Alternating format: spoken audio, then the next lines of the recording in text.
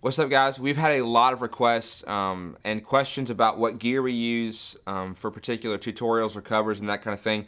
So we wanted to go through in this series to break down what we use and how we use it and that kind of stuff. So I'm going to start with my guitars. I've had a ton of questions about what this guitar is and what the pickups are. So I'm going to go ahead and give you all that information now.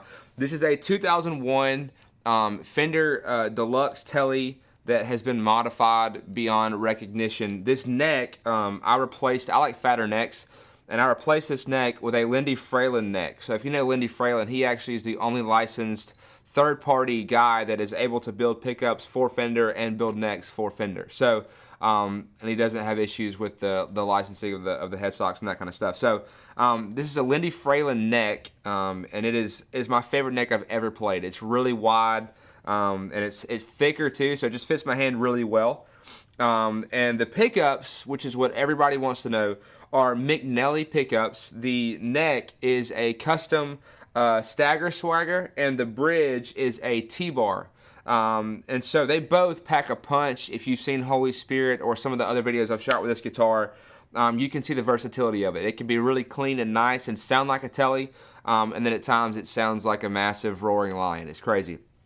I love it. So, and I've replaced everything from the bridge to the hardware to the wiring, all that kind of stuff too. So, but that's the important parts about this guitar. The other guitar that you'll see me play is this right here. This is my TMG Gatton. So he's a builder out of Bend, Oregon. And the pickups in here are a Lollar P90 Goldfoil and a Lollartron. And this guitar really has a Gretsch-like sound. And this is my favorite neck pickup of all time. I don't know what it does to the bottom end, but it tightens it up a ton, and the clarity is just ridiculous. This is a rosewood neck, and it plays very fast and very smooth. Bigsby on it, obviously. Very well built. I had it relicked.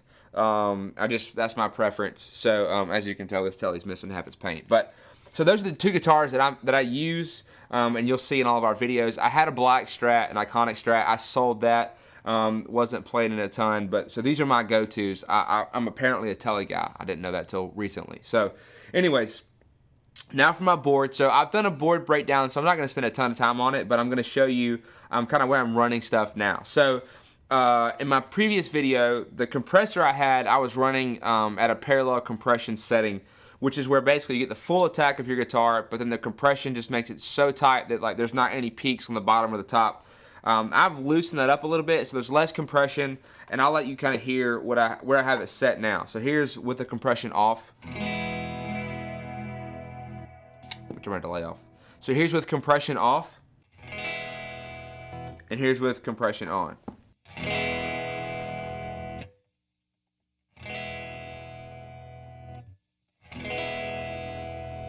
So you can tell it tightens it up a little bit, and it still evens it out, but not too much. So for my drive section, not a ton has changed, just kind of where I have pedals set. So for my end drive, I'm just going to hit a few chords and let you hear my stage 1, 2, and 3. So my stage 1 is my M drive, and this is what it sounds like. Here's clean. With the M drive.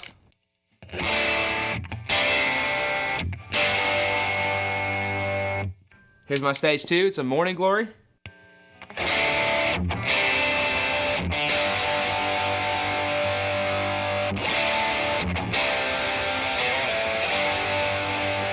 And then my stage 3 is my Jackson Prism, which I love.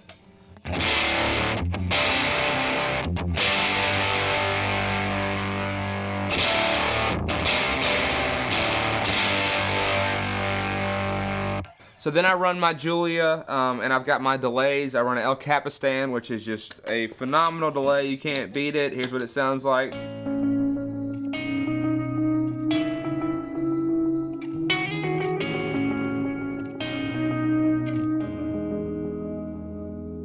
And I have my Diamond Memorylanes Jr, and this is one that I run with a ton of modulation on it. Here's what it sounds like.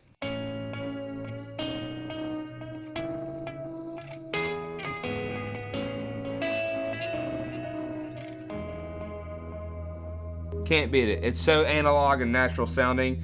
And then I've got my BigSky. You all know how a BigSky sounds. I will say for specific songs, we do go in and program certain kind of verbs for what we're looking for in that song.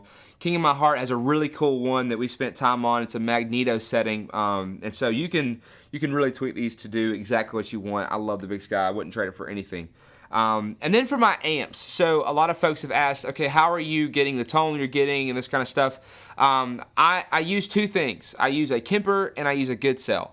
So, but I'll do it three different ways. Sometimes I'll use two Goodsells in stereo. Sometimes I'll go Kemper and Goodsell, and then sometimes I'll just run Kemper stereo. So I'm going to give you 3 audio clips, just some short clips of me playing, so you can kind of hear the different tones I can get using those 2 amps. And so you'll know which one is which. And some of them I'm going to use just Kemper effects.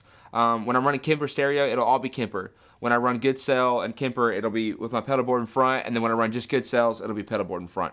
So that way you can kind of know what we have going on, and this is what we use for all of our videos. So if you want to know how we get the sounds and that kind of stuff, it's all right here in this video. And we'll put it all in the description so you can see what we have. But we hope you guys enjoy this. We appreciate you guys, and thanks for hanging out on the channel.